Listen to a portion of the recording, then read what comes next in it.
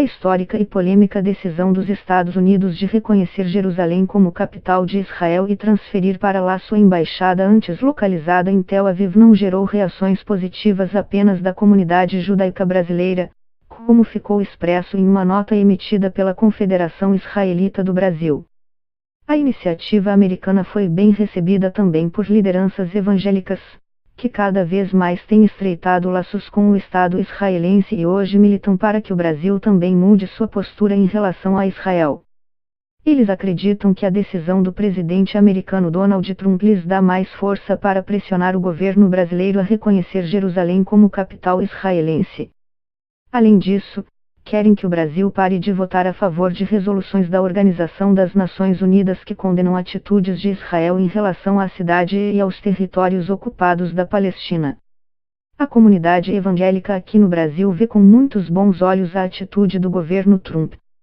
É um movimento importante para que o Estado de Israel se firme, para que o povo judeu se firme, anunciando para o mundo que Jerusalém historicamente sempre foi a cidade santa dos judeus e do cristianismo, afirmou a Notícias Brasil o deputado evangélico Johnny Marcos, PRBC. Marcos presidiu o Grupo Parlamentar de Amizade Brasil-Israel, um dos maiores do tipo no Congresso, cujo objetivo é estreitar laços entre parlamentares brasileiros e autoridades de outros países. A maioria dos 92 grupos existentes foi formalmente criada, mas não tem composição ativa.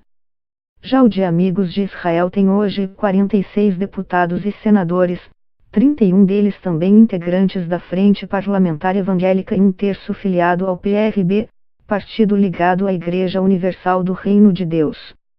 Após o recesso parlamentar, no início do próximo ano, Marcos pretende mobilizar integrantes do Grupo de Amizade e da Frente Parlamentar para uma reunião no Itamaraty com o objetivo de pressionar o governo a seguir os passos da administração Trump.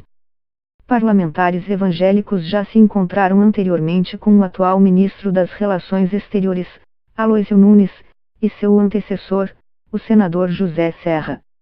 Mas, na percepção de Marcos, essas reuniões não surtiram efeito, já que o governo brasileiro continua votando a favor de resoluções da ONU, na Assembleia Geral e na Unesco, órgão para a preservação de patrimônio cultural, que condenam a postura de Israel frente a territórios e locais sagrados palestinos.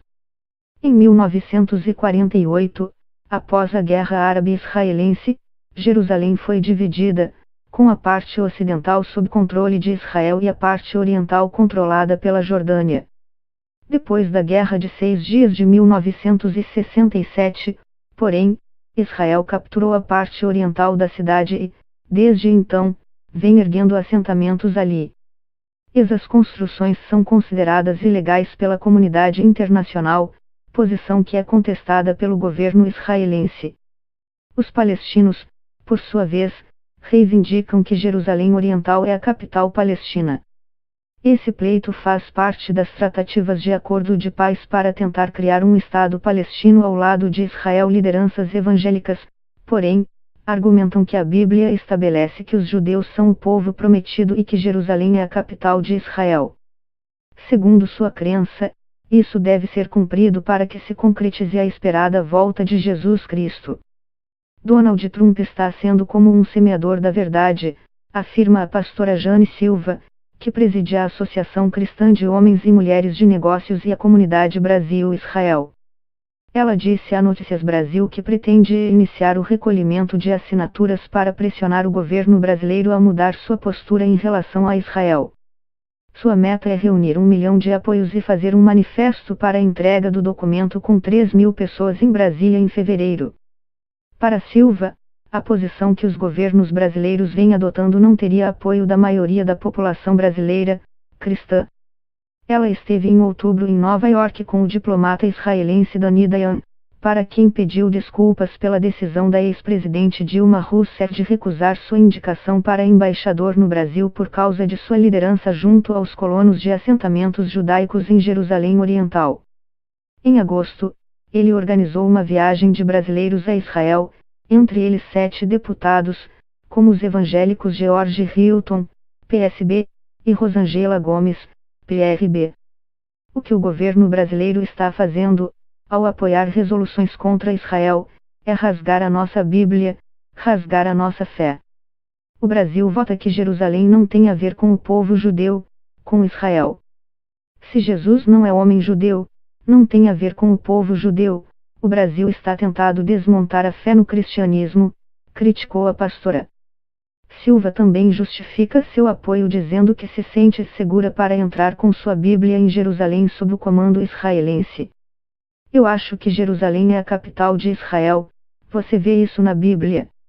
O reconhecimento disso não impede que haja boa convivência entre todos, argumenta também Johnny Marcos, ao ser questionado sobre o fato de Jerusalém também ser um local sagrado para muçulmanos. Enquanto o Papa Francisco e diversos países como França, Alemanha, Reino Unido, Turquia e China criticaram a decisão americana de reconhecer Jerusalém como capital de Israel, o governo brasileiro não emitiu qualquer declaração. Embora Silva e Marcos não notem mudanças na postura do governo brasileiro em relação a Israel, a Notícias Brasil apurou que, desde que Michel Temer assumiu a presidência e deu o comando do Itamaraty ao PSDB, o governo brasileiro tem pressionado países árabes, os propositores dessas resoluções na ONU, a mudar sua redação.